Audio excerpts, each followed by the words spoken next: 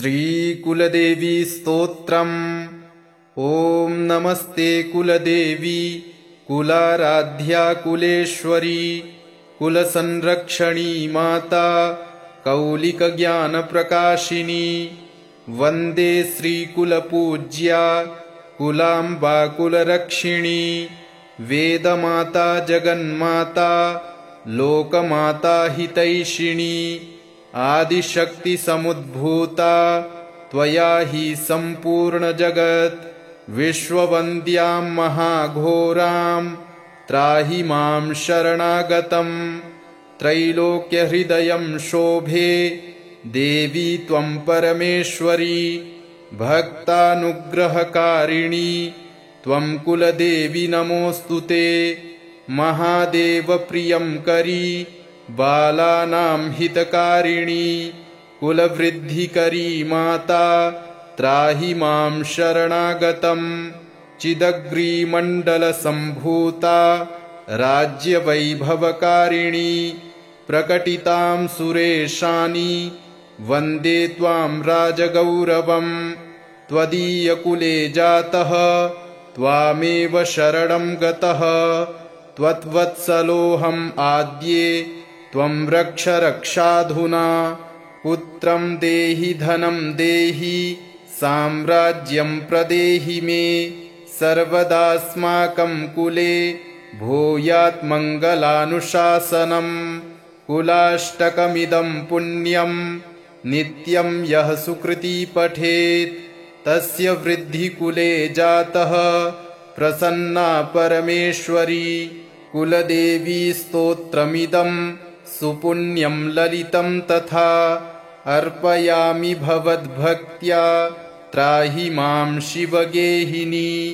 ॐ नमस्ते कुलदेवी कुलाराध्या कुलेश्वरी कुलसंरक्षणी माता कौलिकज्ञानप्रकाशिनी वन्दे श्रीकुलपूज्या कुलाम्बा कुलरक्षिणी वेदमाता जगन्माता लोकमाता हितैषिणी आदिशक्ति समुद्भूता त्वया हि सम्पूर्ण जगत् विश्ववन्द्यां महाघोरां त्राहि मां शरणागतं त्रैलोक्यहृदयं शोभे देवी त्वं परमेश्वरी भक्तानुग्रहकारिणी त्वं कुलदेवी नमोऽस्तुते महादेवप्रियं करी बालानां हितकारिणी कुलवृद्धिकरी माता त्राहि मां शरणागतं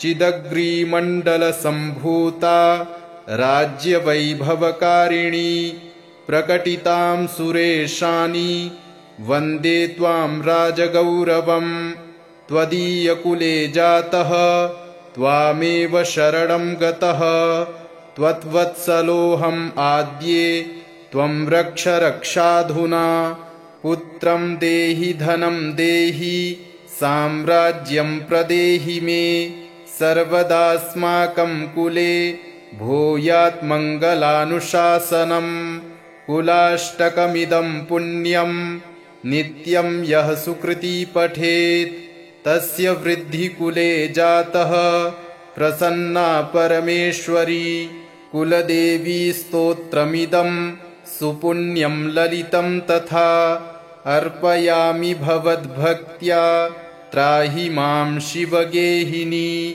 ॐ नमस्ते कुलदेवी कुलाराध्या कुलेश्वरी कुलसंरक्षणी माता कौलिकज्ञानप्रकाशिनी वन्दे श्रीकुलपूज्या कुलाम्बा कुलरक्षिणी वेदमाता जगन्माता लोकमाता हितैषिणी आदिशक्ति समुद्भूता त्वया हि सम्पूर्ण जगत् विश्ववन्द्यां महाघोरां त्राहि मां शरणागतं त्रैलोक्यहृदयं शोभे देवी त्वं परमेश्वरी भक्तानुग्रहकारिणी त्वं कुलदेवी नमोऽस्तुते महादेवप्रियं करी बालानां हितकारिणी कुलवृद्धिकरी माता त्राहि मां शरणागतं चिदग्रीमण्डलसम्भूता राज्यवैभवकारिणी प्रकटितां सुरेशानि वन्दे त्वां राजगौरवम् त्वदीयकुले जातः त्वामेव शरणं गतः त्वद्वत्सलोऽहम् आद्ये त्वं रक्ष रक्षाधुना पुत्रं देहि धनं देहि साम्राज्यं प्रदेहि मे सर्वदास्माकं कुले भूयात् मङ्गलानुशासनम् कुलाष्टकमिदं पुण्यं नित्यं यः सुकृती पठेत् तस्य वृद्धिकुले जातः प्रसन्ना परमेश्वरी कुलदेवी स्तोत्रमिदं सुपुण्यं ललितं तथा अर्पयामि भवद्भक्त्या त्राहि मां शिवगेहिनी। ॐ नमस्ते कुलदेवी कुलाराध्या कुलेश्वरी कुलसंरक्षणी माता कौलिकज्ञानप्रकाशिनी वन्दे श्रीकुलपूज्या कुलाम्बा कुलरक्षिणी वेदमाता जगन्माता लोकमाता हितैषिणी आदिशक्तिसमुद्भूता त्वया हि सम्पूर्णजगत् विश्ववन्द्यां महाघोरां त्राहि मां शरणागतं त्रैलोक्यहृदयं शोभे देवी त्वं परमेश्वरी भक्तानुग्रहकारिणी त्वं कुलदेवी नमोऽस्तु ते महादेवप्रियं करी बालानां हितकारिणी कुलवृद्धिकरी माता त्राहि मां शरणागतं चिदग्रीमण्डलसम्भूता राज्यवैभवकारिणी प्रकटितां सुरेशानि वन्दे त्वां राजगौरवम् त्वदीयकुले जातः त्वामेव शरणं गतः त्वद्वत्सलोऽहम् आद्ये त्वं रक्ष रक्षाधुना पुत्रं देहि धनं देहि साम्राज्यं प्रदेहि मे सर्वदास्माकं कुले भूयात् मङ्गलानुशासनम् कुलाष्टकमिदं पुण्यं नित्यं यः सुकृती पठेत् तस्य वृद्धिकुले जातः प्रसन्ना परमेश्वरी कुलदेवी स्तोत्रमिदं सुपुण्यं ललितं तथा अर्पयामि भवद्भक्त्या त्राहि मां शिवगेहिनी।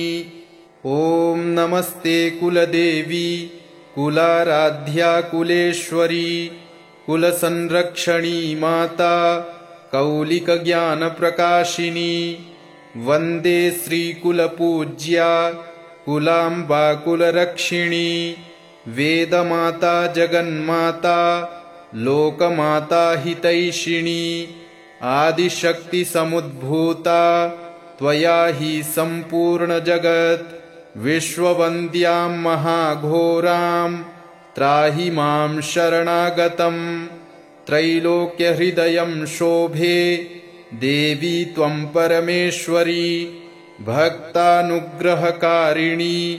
त्वं कुलदेवी नमोऽस्तु ते महादेवप्रियं करी बालानां हितकारिणी कुलवृद्धिकरी माता त्राहि मां शरणागतं चिदग्रीमण्डलसम्भूता राज्यवैभवकारिणी प्रकटितां सुरेशानि वन्दे त्वां राजगौरवम् त्वदीयकुले जातः त्वामेव शरणं गतः त्वद्वत्सलोऽहम् आद्ये त्वं रक्ष रक्षाधुना पुत्रं देहि धनं देहि साम्राज्यं प्रदेहि मे सर्वदास्माकं कुले भूयात् मङ्गलानुशासनम् कुलाष्टकमिदं पुण्यं नित्यं यः सुकृती पठेत् तस्य वृद्धिकुले जातः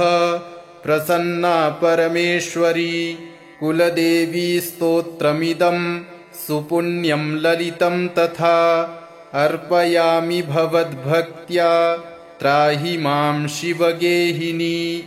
ॐ नमस्ते कुलदेवी कुलाराध्या कुलेश्वरी कुलसंरक्षणी माता कौलिकज्ञानप्रकाशिनी। वन्दे श्रीकुलपूज्या कुलाम्बा कुलरक्षिणी। वेदमाता जगन्माता लोकमाता हितैषिणी। आदिशक्तिसमुद्भूता त्वया हि सम्पूर्णजगत्। विश्ववन्द्यां महाघोरां त्राहि मां शरणागतम्। त्रैलोक्यहृदयं शोभे देवी त्वं परमेश्वरी। भक्तानुग्रहकारिणी त्वं कुलदेवी नमोऽस्तु ते। महादेवप्रियं करी बालानां हितकारिणी। कुलवृद्धिकरी माता त्राहि मां शरणागतम्। चिदग्रीमण्डलसम्भूता राज्यवैभवकारिणी। प्रकटितां सुरेशानि वन्दे त्वां राजगौरवम्।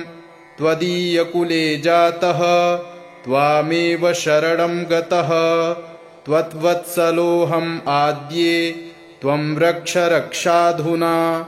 पुत्रं देहि धनं देहि साम्राज्यं प्रदेहि मे। सर्वदास्माकं कुले भूयात् मङ्गलानुशासनम्। कुलाष्टकमिदं पुण्यं नित्यं यः सुकृती पठेत् तस्य वृद्धिकुले जातः प्रसन्ना परमेश्वरी। कुलदेवी स्तोत्रमिदं सुपुण्यं ललितं तथा अर्पयामि भवद्भक्त्या त्राहि मां शिवगेहिनी। ॐ नमस्ते कुलदेवी कुलाराध्या कुलेश्वरी कुलसंरक्षणी माता कौलिकज्ञानप्रकाशिनी। वन्दे श्रीकुलपूज्या कुलाम्बा कुलरक्षिणी। वेदमाता जगन्माता लोकमाता हितैषिणी। आदिशक्तिसमुद्भूता त्वया हि सम्पूर्णजगत्। विश्ववन्द्यां महाघोरां त्राहि मां शरणागतम्। त्रैलोक्यहृदयं शोभे देवी त्वं परमेश्वरी। भक्तानुग्रहकारिणी त्वं कुलदेवी नमोऽस्तु ते। महादेवप्रियं करी बालानां हितकारिणी। कुलवृद्धिकरी माता त्राहि मां शरणागतम्। चिदग्रीमण्डलसम्भूता राज्यवैभवकारिणी। प्रकटितां सुरेशानि वन्दे त्वां राजगौरवम्। त्वदीयकुले जातः त्वामेव शरणं गतः। त्वद्वत्सलोऽहम् आद्ये त्वं रक्ष रक्षाधुना। पुत्रं देहि धनं देहि साम्राज्यं प्रदेहि मे। सर्वदास्माकं कुले भूयात् मङ्गलानुशासनम्। कुलाष्टकमिदं पुण्यं नित्यं यः सुकृती पठेत् तस्य वृद्धिकुले जातः प्रसन्ना परमेश्वरी। कुलदेवी स्तोत्रमिदं सुपुण्यं ललितं तथा अर्पयामि भवद्भक्त्या त्राहि मां शिवगेहिनी। ॐ नमस्ते कुलदेवी कुलाराध्या कुलेश्वरी कुलसंरक्षणी माता कौलिकज्ञानप्रकाशिनी। वन्दे श्रीकुलपूज्या कुलाम्बा कुलरक्षिणी। वेदमाता जगन्माता लोकमाता हितैषिणी। आदिशक्तिसमुद्भूता त्वया हि सम्पूर्णजगत्। विश्ववन्द्यां महाघोरां त्राहि मां शरणागतम्। त्रैलोक्यहृदयं शोभे देवी त्वं परमेश्वरी। भक्तानुग्रहकारिणी त्वं कुलदेवी नमोऽस्तु ते। महादेवप्रियं करी बालानां हितकारिणी कुलवृद्धिकरी माता त्राहि मां शरणागतम्। चिदग्रीमण्डलसम्भूता राज्यवैभवकारिणी प्रकटितां सुरेशानि वन्दे त्वां राजगौरवम्। त्वदीयकुले जातः त्वामेव शरणं गतः त्वद्वत्सलोऽहम् आद्ये त्वं रक्ष रक्षाधुना। पुत्रं देहि धनं देहि साम्राज्यं प्रदेहि मे सर्वदास्माकं कुले भूयात् मङ्गलानुशासनम्। कुलाष्टकमिदं पुण्यं नित्यं यः सुकृती पठेत् तस्य वृद्धिकुले जातः प्रसन्ना परमेश्वरी। कुलदेवी स्तोत्रमिदं सुपुण्यं ललितं तथा अर्पयामि भवद्भक्त्या त्राहि मां शिवगेहिनी। ॐ नमस्ते कुलदेवी कुलाराध्या कुलेश्वरी कुलसंरक्षणी माता कौलिकज्ञानप्रकाशिनी। वन्दे श्रीकुलपूज्या कुलाम्बा कुलरक्षिणी। वेदमाता जगन्माता लोकमाता हितैषिणी। आदिशक्तिसमुद्भूता त्वया हि सम्पूर्णजगत् विश्ववन्द्यां महाघोरां त्राहि मां शरणागतम्। त्रैलोक्यहृदयं शोभे देवी त्वं परमेश्वरी भक्तानुग्रहकारिणी त्वं कुलदेवी नमोऽस्तु ते। महादेवप्रियं करी बालानां हितकारिणी कुलवृद्धिकरी माता त्राहि मां शरणागतम्। चिदग्रीमण्डलसम्भूता राज्यवैभवकारिणी प्रकटितां सुरेशानि वन्दे त्वां राजगौरवम्। त्वदीयकुले जातः त्वामेव शरणं गतः त्वद्वत्सलोऽहम् आद्ये त्वं रक्ष रक्षाधुना। पुत्रं देहि धनं देहि साम्राज्यं प्रदेहि मे सर्वदास्माकं कुले भूयात् मङ्गलानुशासनम्। कुलाष्टकमिदं पुण्यं नित्यं यः सुकृती पठेत् तस्य वृद्धिकुले जातः प्रसन्ना परमेश्वरी। कुलदेवी स्तोत्रमिदं सुपुण्यं ललितं तथा अर्पयामि भवद्भक्त्या त्राहि मां शिवगेहिनी। ॐ नमस्ते कुलदेवी कुलाराध्या कुलेश्वरी कुलसंरक्षणी माता कौलिकज्ञानप्रकाशिनी। वन्दे श्रीकुलपूज्या कुलाम्बा कुलरक्षिणी। वेदमाता जगन्माता लोकमाता हितैषिणी। आदिशक्तिसमुद्भूता त्वया हि सम्पूर्णजगत् विश्ववन्द्यां महाघोरां त्राहि मां शरणागतम्। त्रैलोक्यहृदयं शोभे देवी त्वं परमेश्वरी भक्तानुग्रहकारिणी त्वं कुलदेवी नमोऽस्तु ते। महादेवप्रियं करी बालानां हितकारिणी कुलवृद्धिकरी माता त्राहि मां शरणागतम्। चिदग्रीमण्डलसम्भूता राज्यवैभवकारिणी प्रकटितां सुरेशानि वन्दे त्वां राजगौरवम्। त्वदीयकुले जातः त्वामेव शरणं गतः त्वद्वत्सलोऽहम् आद्ये त्वं रक्ष रक्षाधुना। पुत्रं देहि धनं देहि साम्राज्यं प्रदेहि मे सर्वदास्माकं कुले भूयात् मङ्गलानुशासनम्। कुलाष्टकमिदं पुण्यं नित्यं यः सुकृती पठेत् तस्य वृद्धिकुले जातः प्रसन्ना परमेश्वरी कुलदेवी स्तोत्रमिदं सुपुण्यं ललितं तथा अर्पयामि भवद्भक्त्या त्राहि मां शिवगेहिनी।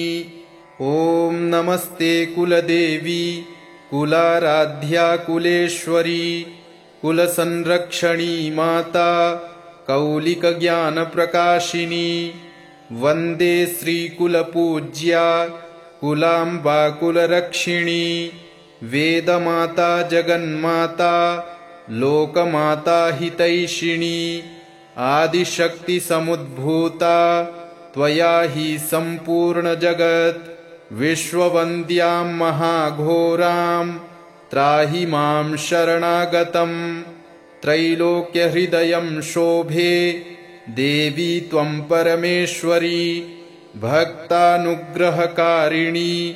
त्वं कुलदेवी नमोऽस्तु ते।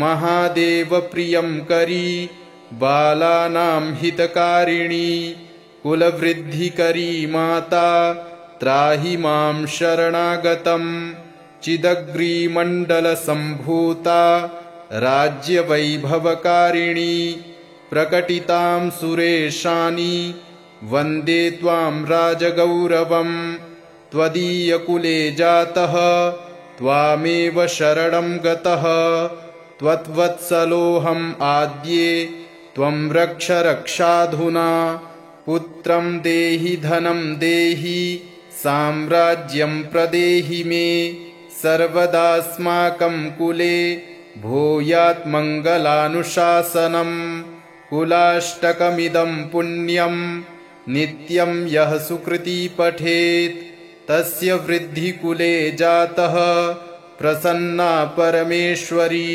कुलदेवी स्तोत्रमिदं सुपुण्यं ललितं तथा अर्पयामि भवद्भक्त्या त्राहि मां शिवगेहिनी। इति श्रीकुलदेवी स्तोत्रम् सम्पूर्णम्।